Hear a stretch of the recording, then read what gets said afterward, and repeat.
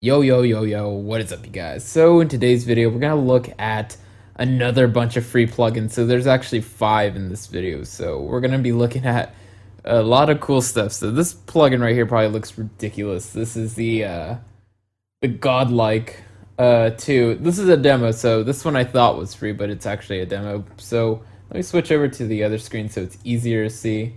Alright, so wow, this thing is ginormous. It's the biggest plugin I've ever seen. I don't know if I can resize it. I haven't tried. Nope. But I know all these plugins should be Mac and PC. The defacer. So that's the first plugin. So I guess what I'll do is play it on a group. So actually, let's A/B this. So let's just play the group right here. So the group in question, we'll just make a quick selection somewhere. Then let's just play it with it off.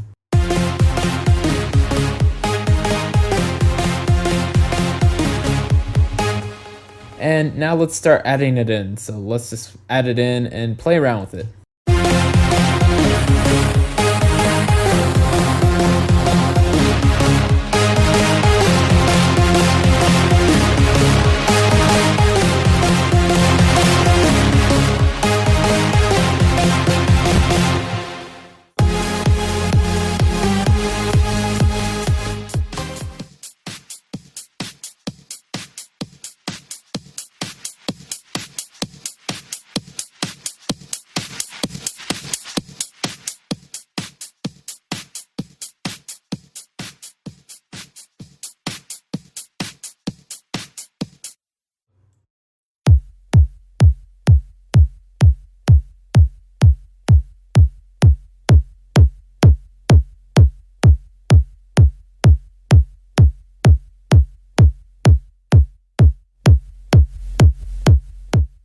So I like this plugin a lot. It's very, very good for making things punchy. I'm thinking it's better than even some of my bots and transient plugins.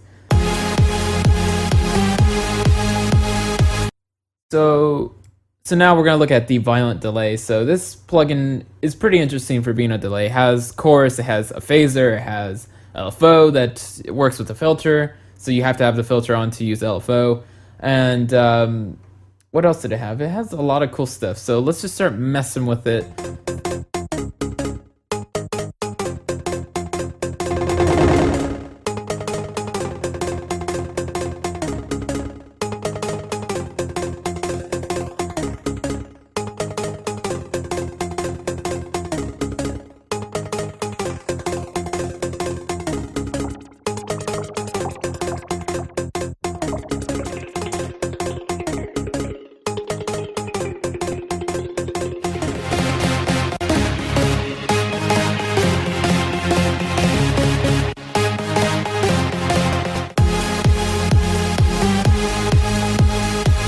So what this is let me turn it off because it makes that demo noise, or it just kind of mangles the audio. It's not loud or anything. It's not that big white noise, super scary loud demo noise. But what I like about this plugin is it's kind of like a cheap Ozone, or I don't even know how much this costs. I didn't even look it up.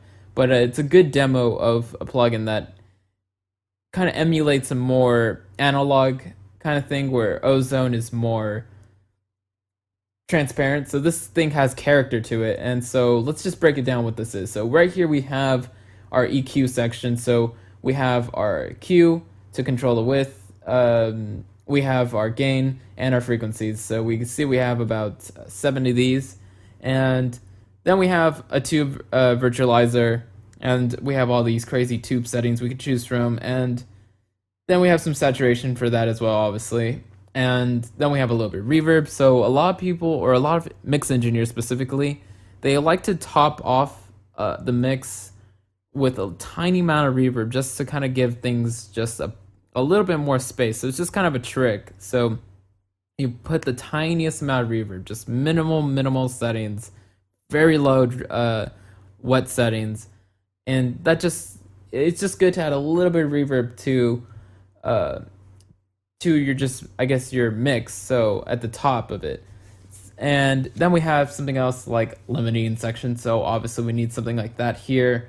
then we have something that threw me off. It's called the vocal remover, but what it really is just a mid-side plugin. So what it is it splits the signal and just separates the mid and the sides, and then you can just start to remove it a bit. So I'll demonstrate that right now.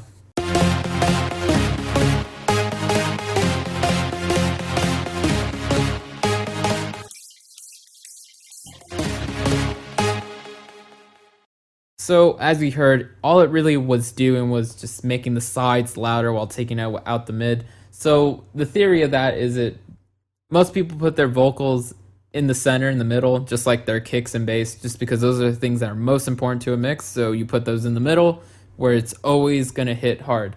So basically this is just a mid remover. So we'll take that off. And like when I first listened to it, I figured out it was something like that, but I noticed this question knob right next to it, and this kind of explains all the parameters and all that stuff. And sure enough, when I was reading about the vocal remover, it splits the signal into two and does everything that I kind of just said.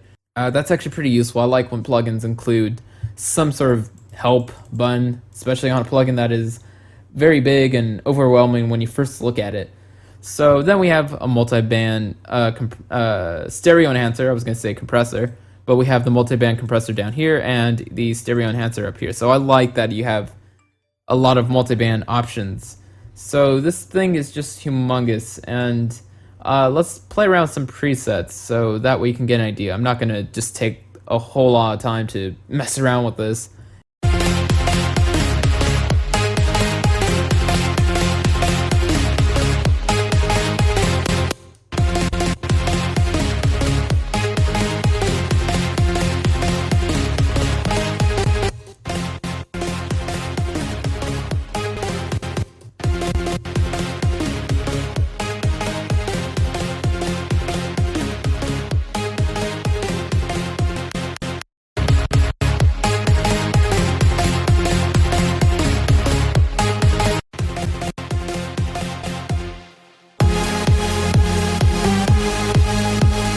Last plugin. So now we're gonna look at KEYZONE. So this is also from Bitsonic, and it's just a really nice plugin, but it did crash on me a few times. So let's enable it now, and let's just play with some of these settings.